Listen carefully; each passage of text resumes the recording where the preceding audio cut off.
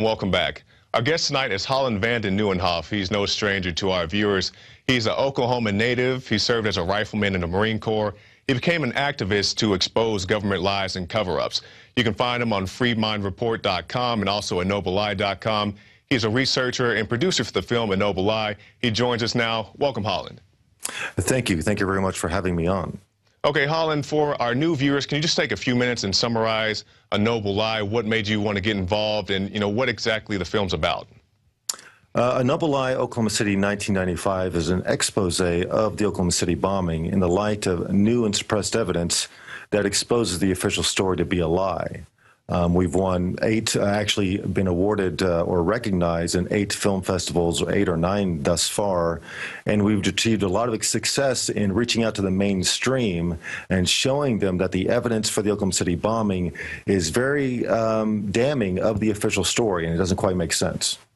Excellent, excellent. Now, as far as Oklahoma City, we know it to be a false flag. There's been a lot of talk about false flags recently. Well, this isn't so much of a recent report, but we've heard MSNBC claiming that Obama needs a new, quote, Oklahoma City to reconnect with the American people. I'm an Oklahoman, much like you. I remember being in 3rd grade when the bombing took place. So how does that make you feel to hear things like Obama needs another Oklahoma City to reconnect with the American people?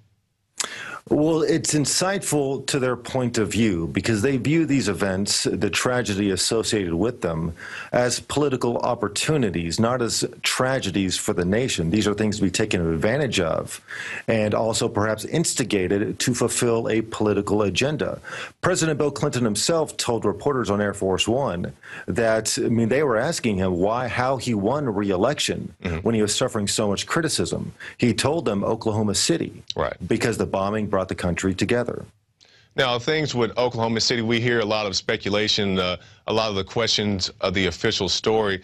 If you could point out to people one particular smoking gun, or maybe you have a few smoking guns that you'd like to point out to people to, reassure them that this was a false flag, a self-inflicted wound, what would you tell people? Well, there's varying levels of evidence. You can take eyewitness evidence for what it is, and although the eyewitness evidence almost 100% denies the official story, is contrary to what the government says actually happened, let's look at the science, because science cannot be denied. We know that the exterior truck bomb embodied in the Ryder truck was not the sole cause of destruction, despite what the government says. So some people may say, well, why don't you conduct a simulation and find out what happened? Well, we don't have to, because the Air Force did. As showcased in A Noble Lie, the first time that information's ever been given to the public in that manner. The Elgin Air Force Base, the Wright Armament Laboratory, they conducted a simulation of the Oklahoma City bombing. They actually took a test structure, a 3-story test structure that was very shabbily constructed. There was no roof, and they exploded a bomb like McVeigh and the FBI said it had been built. It had almost no effect on their test structure. So they actually planted bombs inside their test structure to test the hypothesis of explosives inside the building. And their conclusion of the Wright Armament Laboratory out of Elgin Air Force Base was that there were bombs inside the Murrah building that were responsible for the majority of the damage. So you have one branch of government saying one thing, but yet the Justice Department, the FBI, saying another. Now, you touched on something very interesting. You talked about how Bill Clinton got reelected, how he said himself that Oklahoma City helped him a great deal. Would you put it past the Obama administration, a group that's run schemes such as Fast and Furious to run guns into Mexico? Would you put it past the Obama administration to pull off a false flag of this magnitude, the Oklahoma City? I would not put it past any administration under this government, because these false flag attacks since Gulf of Tonkin and several since, no one has ever been held accountable. No one's ever been held responsible for their crimes, for their treason against their country in order to simulate an attack, a self-inflicted wound, usually a very slight one, to fulfill a political agenda or a foreign policy agenda. No one has ever been held accountable, so why would they stop? Logic dictates that they would continue and that these attacks would only intensify. If it ain't broke, don't fix it. Exactly. Now, we see, lone gunmen such as Timothy McVeigh, they're supposed lone gunmen, even though he had connections to LOM City. We see guys like the underwear bomber, even though we have a witness, Kurt Haskell, who's been on the show, who said he was escorted onto the plane. This Batman Joker clown, even though people say he was let into the theater and various reports say that smoke bombs were thrown through different locations from the theater, which means he'd have at least one accomplice. Why do you think they love this lone gunman scenario so much? Because it fulfills their agenda. Their agenda is to disarm the American people. Let there be no doubt about that. Gun control was dead in this country because Fast and Furious had broken into the blogosphere and then into the public. People knew that the largest gun smuggler in recent history, if not all of American history, was the Bureau of Alcohol, Tobacco, and Firearms. And they were shipping guns to Mexico to cause violence to justify gun control in this country. That has come out in their own memos where they're saying the gun violence in Mexico. They leave out the part where they're causing it, where they say the gun violence in Mexico can be used to put more restrictions on long gun purchases in this country. That, by definition, is a false flag attack, but it busted wide open once a couple cops got killed, once a couple American cops got killed. It busted wide open. Although they're trying to play damage control, gun control itself was dead. But now suddenly, out of the ashes of Fast and Furious comes this new gun control agenda with momentum because of these lone shooter scenarios that play in the hands of the agenda that American citizens, individuals, cannot be trusted with firearms. Now, we just had an article on the screen. If we can throw that back up, guys. This was from The Telegraph. Is Obama. It talked about the Fast and Furious. Yeah, that's the one right there. Headline: Fast and Furious scandal turning into President Obama's Watergate. Would you agree with an assessment like that, Holland? No, it could be, because for one, it was far worse than Watergate. Watergate was a minor crime. I mean, Nixon should have paid for that, and he did. But it was a relatively minor political crime, especially given in light of recent political events over the past decade or so. And it wasn't Obama's Watergate because it did not bring his presidency down. That's a very interesting point. Very interesting point. Obama's still in power, even though we have Fast and Furious going on, still ongoing. Eric Holder saying, I don't want to testify, I don't want to give these documents. And it's become a really ridiculous thing. Obama, I was talking to a friend of mine, he was talking about it's hard for him to latch on to Obama, even though he's an Obama supporter, because there's so many different things that Obama promotes that kind of distract from the last thing. Because first we had Trayvon Martin, and when I say these things, I'm not downplaying. I mean, the Trayvon Martin tragedy was definitely a tragedy, but you go from Trayvon Martin to SEAL Team 6, to did they kill bin Laden, did they not kill bin Laden? And it just keeps going on, and then he's out there promoting the new Batman massacre, like you said, was just something else to take our guns. And even recently, the Obama administration says they want to come after people for using controlled substances, for smoking pot. I mean, any excuse they can to come after your guns, they're coming after your guns, Holland. Exactly, and there's a lot of people who are frustrated with Obama because his whole presidency is PR.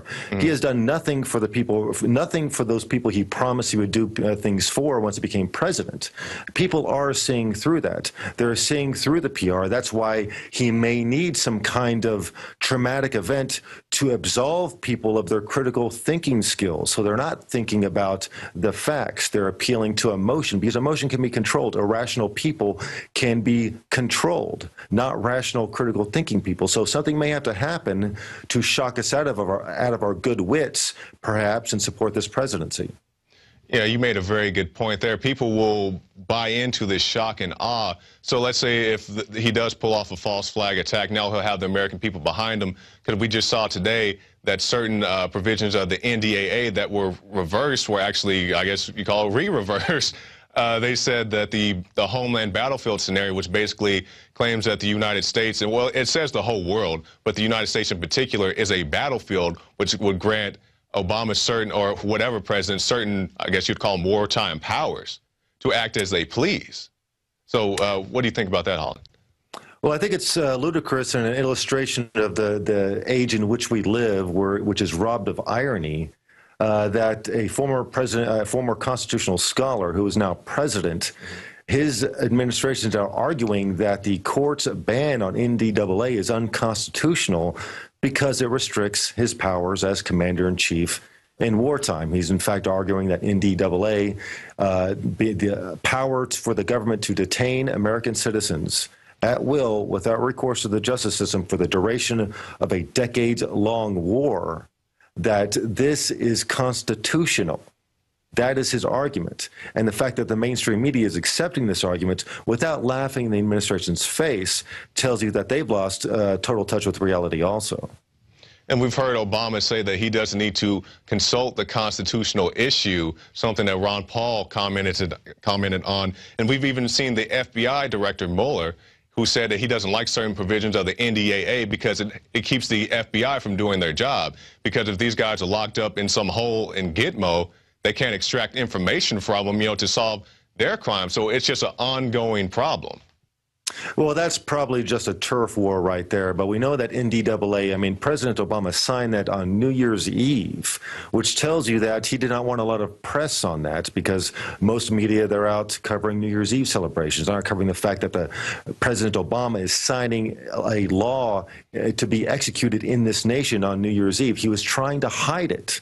And now he's arguing in the court before the Supreme Court that they must have this power to detain and hold American citizens at will for suspicion of associating with, quote unquote, terrorist sources. And that can be construed to mean anything. It's very dangerous. I mean, like Ron Paul, the fact that Ron Paul was detained on the airport tarmac right after the political convention and accused of being a terrorist threat, that was not mere incompetence. I know the TSA is composed of a lot of dim bulbs, but they're not that dumb. That was intimidation. That was political intimidation. That was the federal police of this nation. Well, they're not even actually police, the federal security guards officials being used as a political intimidation tool. That's not supposed to happen in this country. So what's going to happen in 2016 when an independent presidential candidate runs? I mean, it's scary. And we've seen TSA, we've all known that they were going to leave the airports eventually, and they are out on the streets. They're even showing up at political events, Paul Ryan, Mitt Romney events. But if I could switch gears here for a second, we have an article, Infowars.com headline, Panetta, U.S. will attack Iran if it decides to build nuke. This came out last week. I'll read the article to you. Secretary of Defense Leon Panetta said Tuesday of last week that if Iran decides to build a nuclear weapon, the United States will take military action. And the article goes on to say that the U.S. has no evidence. It says Israel has no evidence that Iran is trying to build a nuclear weapon. They're just saying that they have whatever components. We see a potential Bush yellow cake situation where they're just saying it's over there, so we have all the right to rush in. Well, they've laid the forms for war. They just have to pour in the concrete. It's all there. They're not going to rip down the forms, and they have to take Iran. Iran can shut down the Straits of Hormuz at will, and it renders the expenditure of lives and resources and time in securing the oil fields of Iraq useless unless at some point we secure total security for the Persian Gulf at the Straits of Hormuz. That means removing the current antagonistic regime of Iran. That's why we're going after Syria right now. They're the lone remaining ally in the Middle East of Iran. So this is all a geopolitical chess game. And this latest turmoil in the Middle East over the innocence of Muslims video, I can only interpret in that lens. Now, you made a very interesting point. That actually brings me to my next article. We have a new article by Kurt Nimmo. Neocons engineering October surprise, and that's just what you talked about, this goofy Muslim movie that's out there inciting rage, so to speak. Paul Joseph Watson was on our radio show this morning. He made a very interesting point.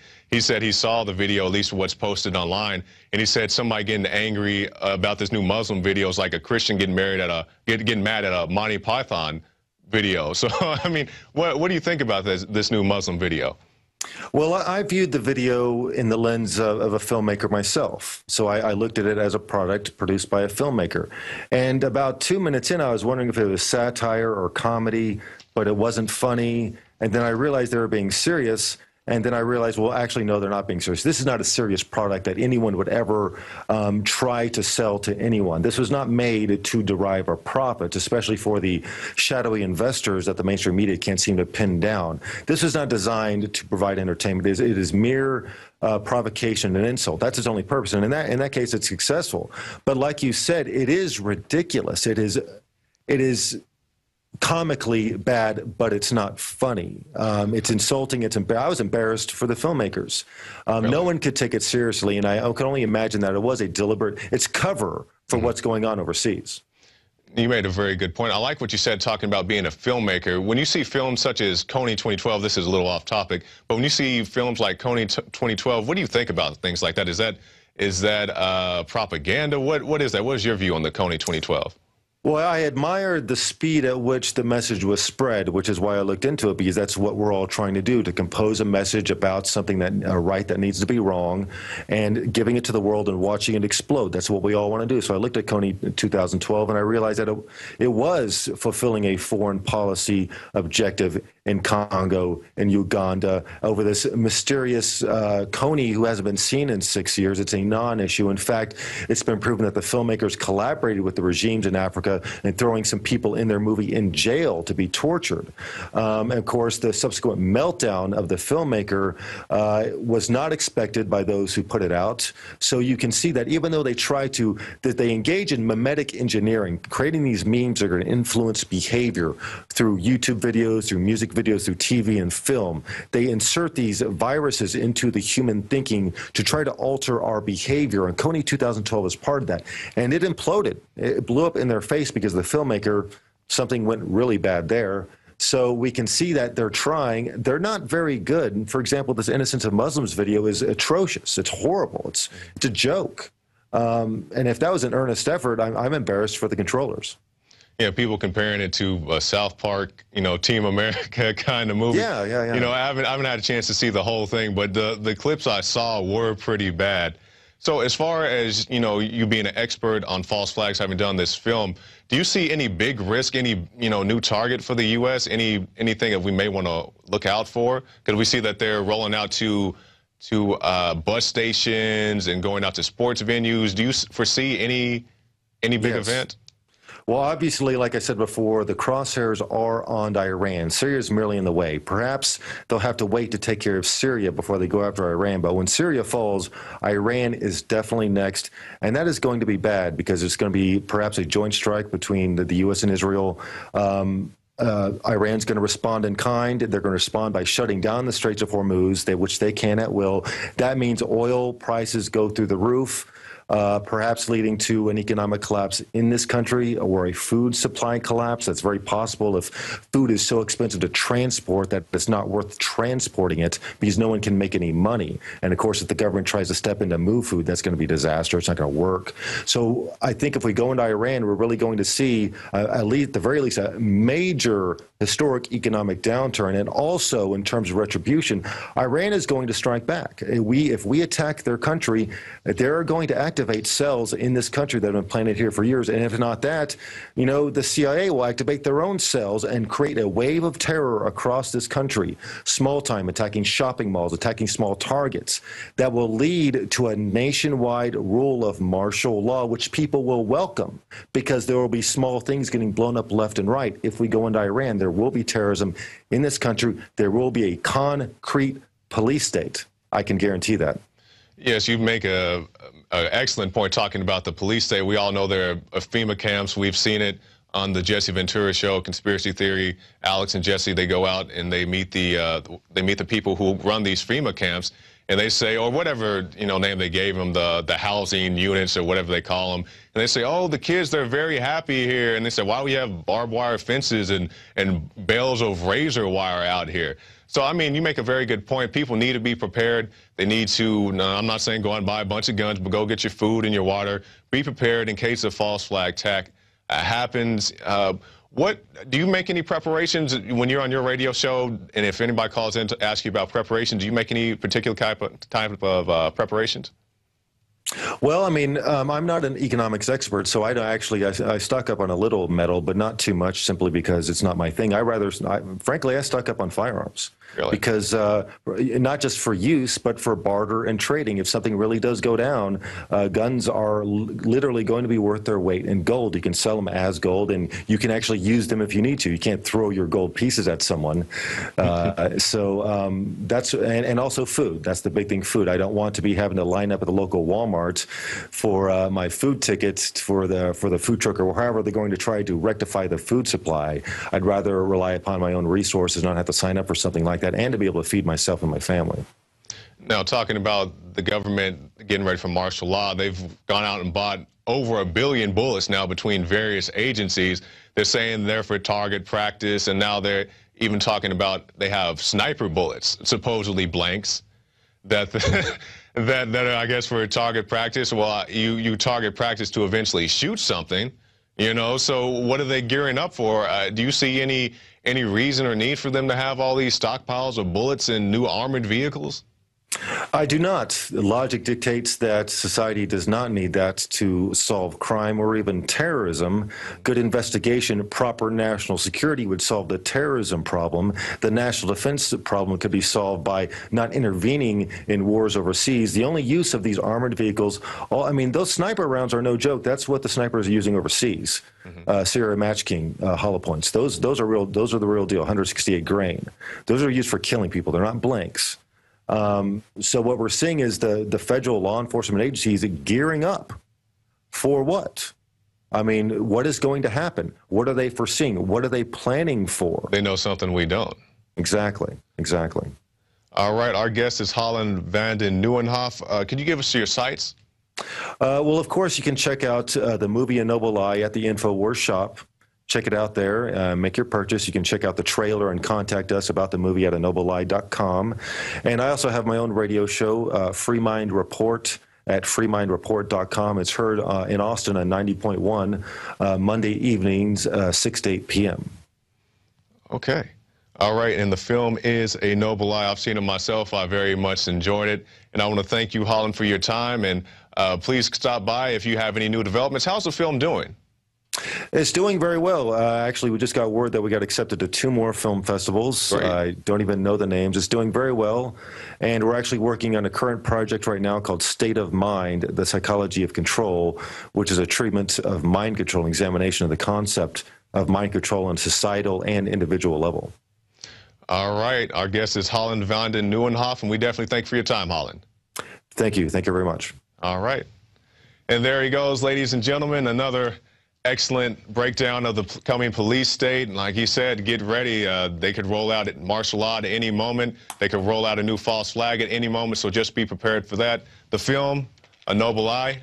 You can get your copy of A Noble Lie at the InfoWars shop. You'll see it right there for $19.95. A great film to show your family and friends, people who are skeptical of false flag situations we see in this film, that well, the official story says that Timothy McVeigh never stepped foot inside the Murrah building, but even though there were bombs found inside the Murrah building, so if he never went in there, how did those bombs get there? And that's not speculation. You can see on the film the then governor of Oklahoma, Frank Keating, saying that there were bombs found inside the building. So a great film, another great product from Infowars.com. And also, if you like this film, if you like our guests, support our broadcast by subscribing to PrisonPlanet.tv. For those of you who are watching on YouTube, we definitely appreciate your views, but subscribe to our PrisonPlanet.tv. It really supports our broadcast because people say, hey, you guys should get this guy on, you should get that guy on, you guys should do this, you should do that. And we want to do that stuff. We just need support from our viewers to help us do those things, because we don't have a big corporate sugar daddy leaving money on the dresser at night for us. We're viewer supported by people like you. So support our broadcast. And that's it for the InfoWars Nightly News. I'm your host, Jakari Jackson, and Lord willing, we'll be right back tomorrow night with another slew of great reports. So this is Jakari Jackson for the InfoWars Nightly News. You have a good night.